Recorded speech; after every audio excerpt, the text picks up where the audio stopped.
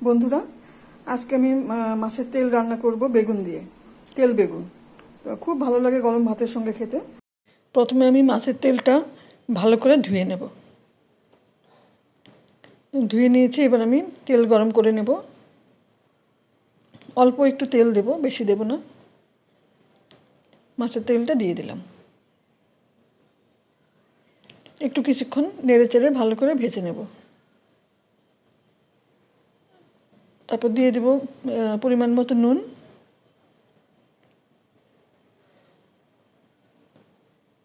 আর একটু হলুদ গুঁড়ো।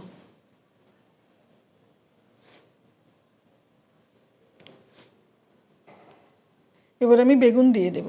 আমি একটু লম্বা লম্বা করে বেগুন কেটে নিয়েছি। একটু নেড়ে চেড়ে নেব।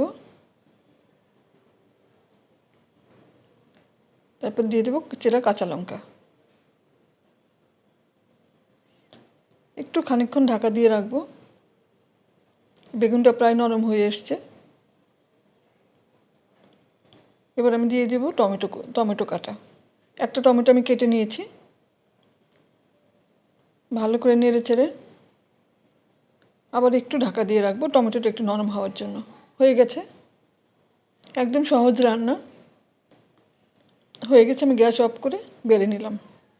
এটা গরম ভাতের সাথে ভীষণ ভালো লাগে আর খুব সহজ রান্না।